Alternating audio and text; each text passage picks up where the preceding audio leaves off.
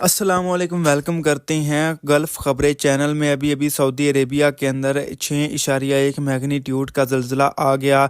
High alert पूरे Saudi Arabia के अंदर जारी कर दिया गया। इसी हवाले से आगे चल के मुकम्मल तफ़सीलात को शेयर करने वाले हैं, लेकिन उससे पहले आप लोगों से छोटी सी गुजारिश करते हैं, हमारे चैनल को सब्सक्राइब कर दें और बेल आइकन पर क्लिक कर दें ताकि फ्यूचर में ऐसी हर नई आने वाली डेली अपडेट तमाम के तमाम भाइयों तक बआसानी पहुँच सके।